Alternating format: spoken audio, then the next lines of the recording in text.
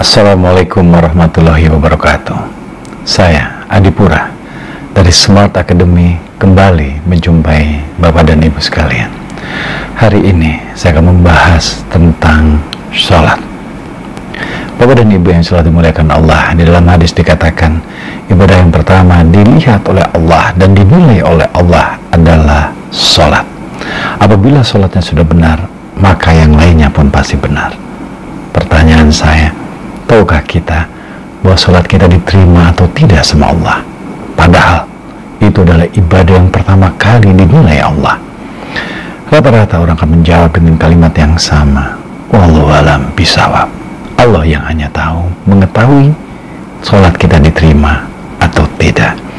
Namun permasalahannya, Bapak dan Ibu yang selalu dimuliakan Allah, saya sering bertanya. Dan ketika saya bertanya kepada ustadz saya, guru saya, dia hanya mengeluarkan sebuah ayat yang menunjukkan itu adalah parameter sholat kita diterima atau tidak. Di dalam Al-Quran, surat ke-29, Al-Ankabut, ayat ke-45. A'udzubillahi minasyaitonirrajim. Bismillahirrahmanirrahim. Rabbi zidni ilma.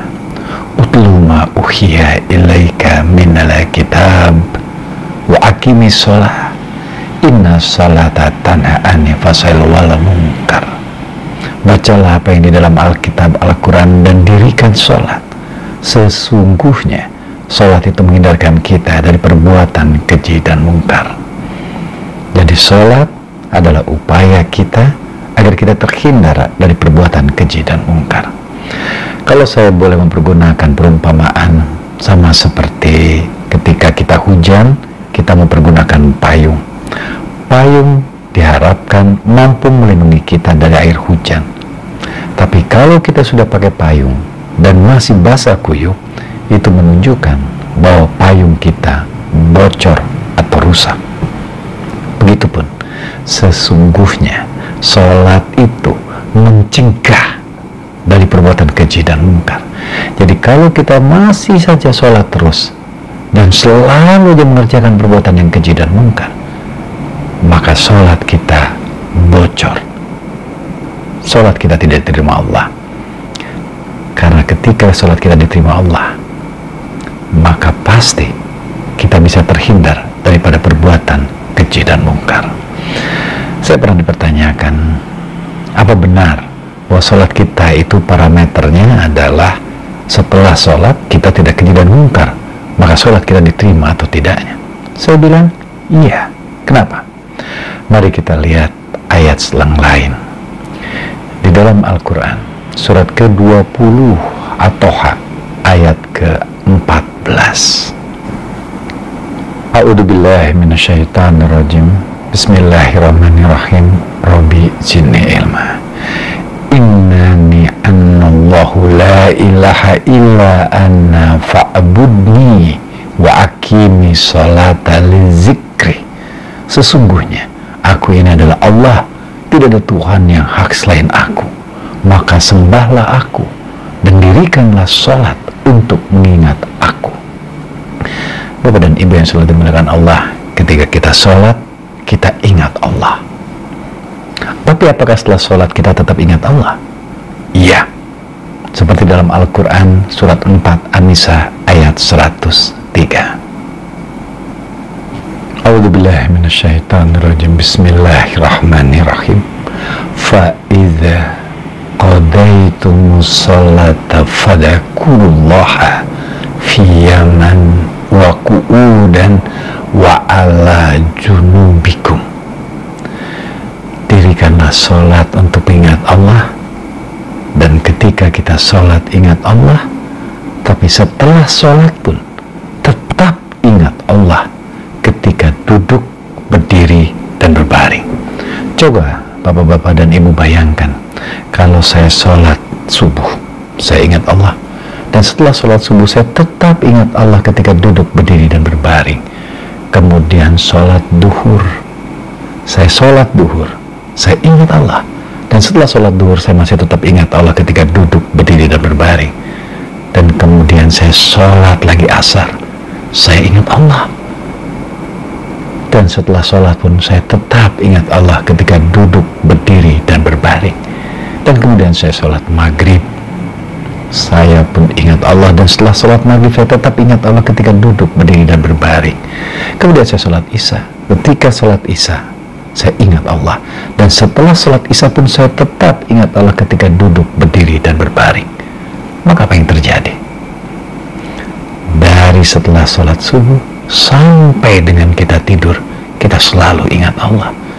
Kalau memang kita selalu ingat Allah, bagaimana mungkin kita berbuat keji dan mungkar?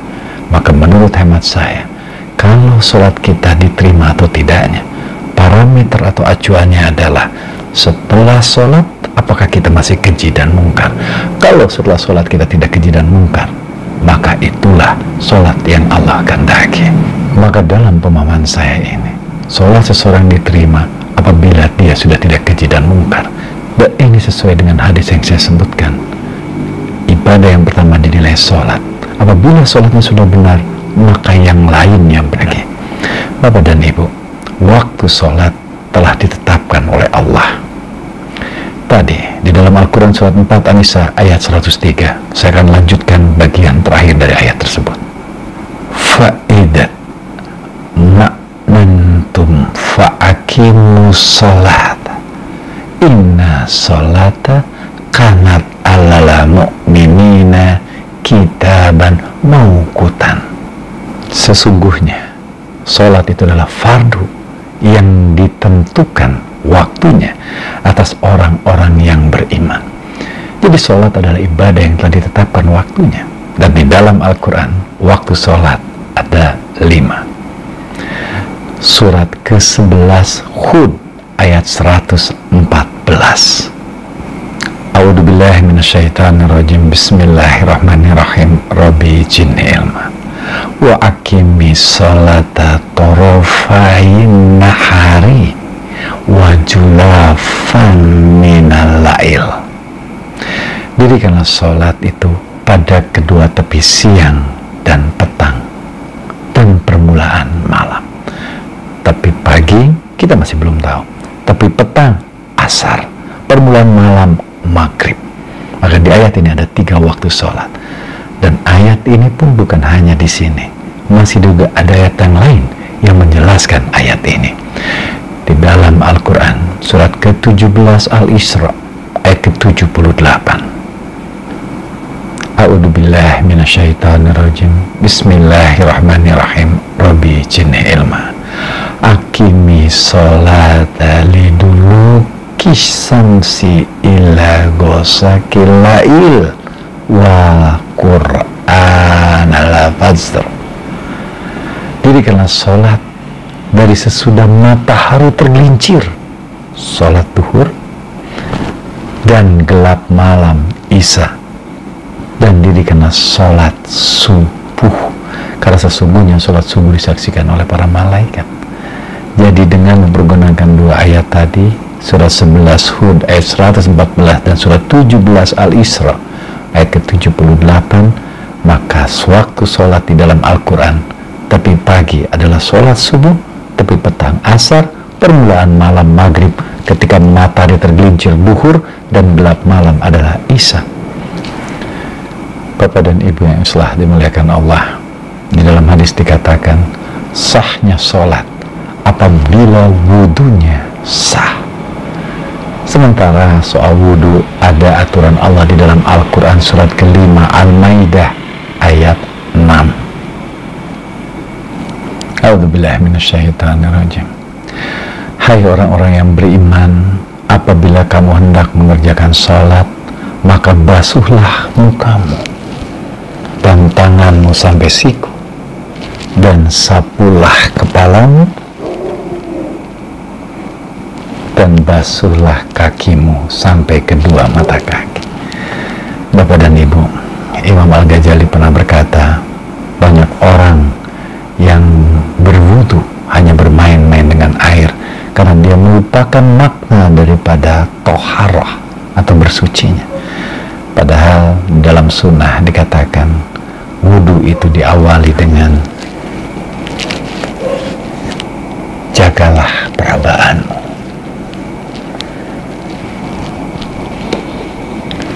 Jagalah perkataanmu dan penciumanmu. Harus selalu di hadapan wajah ini kepada Allah. Ketika sholat dan ketika setelah sholat pun selalu di hadapan kepada Allah. Inni wajjahtu wajhiya lillazi fattara samawati wal ardi hanifan muslimin wa ana minal musyrikin. Surat ke-6 Al-An'am ayat ke-79. Bahkan ayat ini dijadikan doa iftitah tanpa mempergunakan ini. Wajjahtu wajhiya lillazi fattara samawati wal ardi hanifan muslimin wa ana minal musyrikin. Kemudian ayat ini dilanjutkan dengan kalimat surat 6 Al-An'am ayat 162. A'udzubillahi minasyaitonirrajim. Inna salati wa nusuki wa mahyaya wa mamati lillah. Salatku, ketika salat dan setelah salat tetap ingat Allah, ketika duduk berdiri berbaring, ibadahku hanya untuk Allah, hidupku hanya untuk Allah, bahkan mati pun aku menghadap Allah sang pencipta alam semesta, Rabbul Alamin. Bapak dan Ibu yang telah dimuliakan Allah, kalaulah kita bisa menjaga semua itu, maka tentu Dia akan menjaga daripada perbuatan keji dan mungkar. Karena itu sahnya sholat apabila wudunya sah. Bapak dan Ibu yang telah dimuliakan Allah, marilah kita selalu menjaga wudhu kita. Rasulullah adalah orang yang selalu menjaga wudhunya. Bukan hanya batal bersentuhan dengan bukan mahram, bukan batal saja dengan melakukan tindakan apapun. Karena Rasulullah adalah orang yang selalu menjaga wudhu, beliau menjaga semua itu. Dan akhirnya didirikan sholat untuk selalu ingat Allah. Ingat Allah ketika sholat dan tetap ingat Allah ketika duduk berdiri berbaring. Maka otomatis wudhu dia, sholat dia akan menghantar dia kepada perbuatan yang mulia dan terhindar dari perbuatan keji dan mungkar. Saya minta maaf atas apa yang sudah saya sampaikan apabila ada kekurangannya. Saya Adipura dari Smart Academy mengucapkan terima kasih atas waktu Bapak dan Ibu untuk menyaksikan tayangan ini. Assalamualaikum warahmatullahi wabarakatuh.